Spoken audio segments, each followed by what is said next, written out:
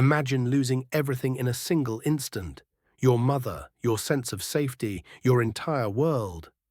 Now imagine that in those final moments of chaos, you steal a painting. Not because you're a thief, but because a dying man tells you to.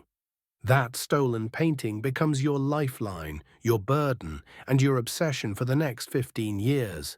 The Goldfinch by Donna Tartt is the story of Theo Decker, a boy whose life is shattered by a terrorist attack at the Metropolitan Museum of Art, and how one small Dutch painting becomes both his salvation and his curse. This Pulitzer Prize-winning novel is a masterpiece of storytelling that weaves together art, loss, love, and the question of what makes life worth living. Why am I telling you about this nearly 800-page doorstop of a book? Because it's one of those rare novels that completely changes how you see the world. It's beautiful, heartbreaking, and utterly compelling from start to finish. So grab a coffee, settle in, and let me take you through this incredible journey. Our story begins with 13-year-old Theo Decker and his mother visiting the Metropolitan Museum of Art in New York City. Theo's there reluctantly. He's been suspended from school for smoking, and his cultured, art-loving mother is using this as a teachable moment.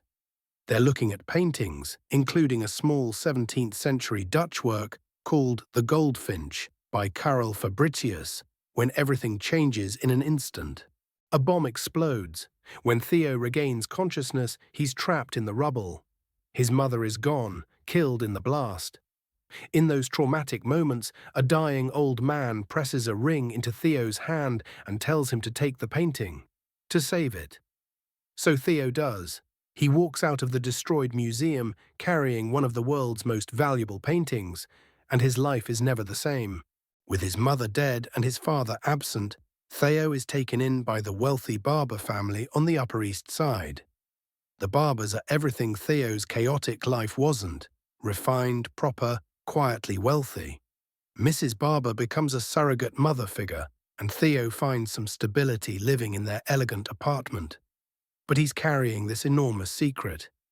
He has a stolen masterpiece hidden in his room. The painting leads Theo to Hobie, an antique restorer in the village who was the business partner of the old man who died in the bombing.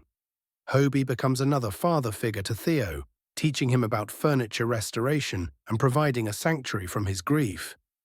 Hobie's shop becomes a refuge where Theo can process his trauma while learning the intricate art of bringing damaged things back to life, which is, of course, exactly what Theo needs for himself. But then Theo's deadbeat father Larry suddenly reappears with his girlfriend Zandra, and everything falls apart again. They drag Theo away from New York to Las Vegas, to a development on the edge of the desert that feels like the end of the world. Vegas is the opposite of everything Theo has come to value. It's trashy, superficial, and culturally barren.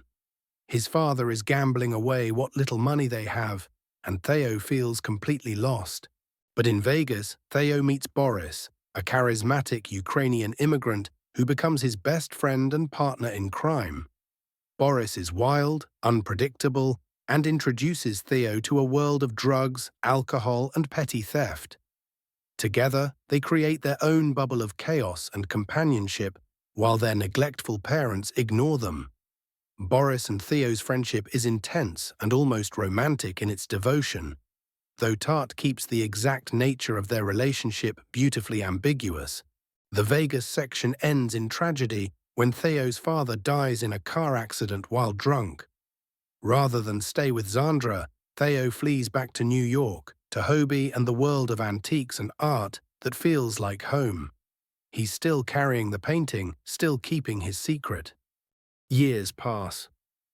Adult Theo works with Hobie, gradually taking over the business. He's become skilled at restoration, but also at something more questionable: selling furniture that's not quite what it claims to be. The lines between authentic and fake become increasingly blurred, which mirrors Theo's own struggle with authenticity and truth. Theo gets engaged to Kitsy, a beautiful socialite from his old world, but it's a relationship built more on expectation than passion. His real emotional energy is still tied up in his memories of his mother and his obsession with the painting. He's also battling addiction, using pills to numb the ongoing trauma he's never really processed. Then Boris resurfaces.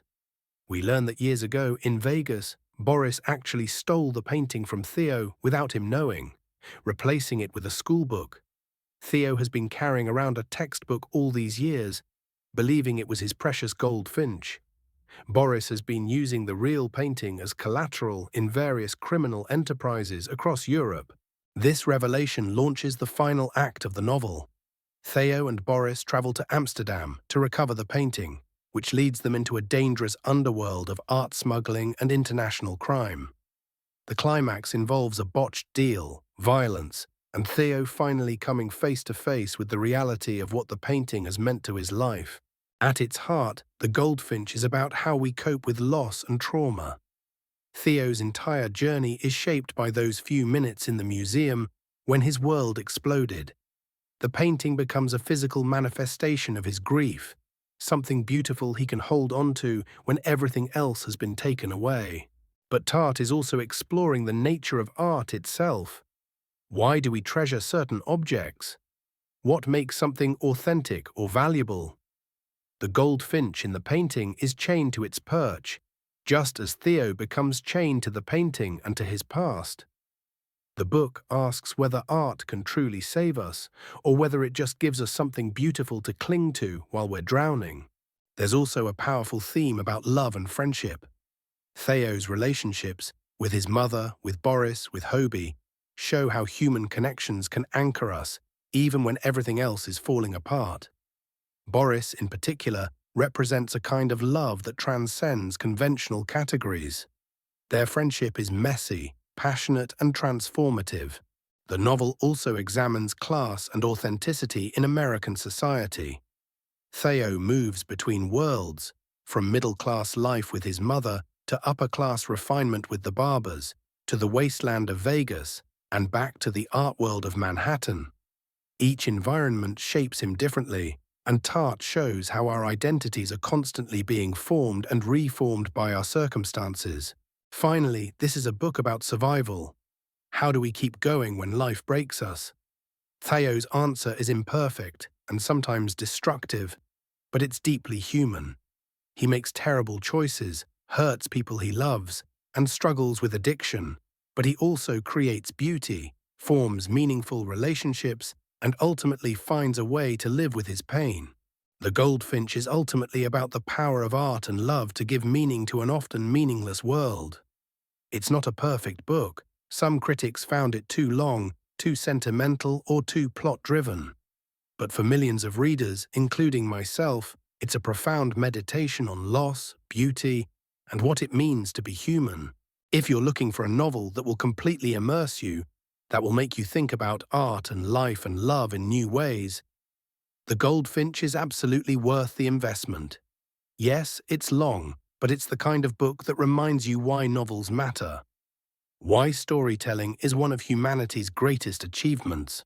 Have you read The Goldfinch? What did you think of Theo's journey? Drop a comment below and let me know. And if this summary intrigued you, definitely check out the full novel. Trust me, it's a journey worth taking.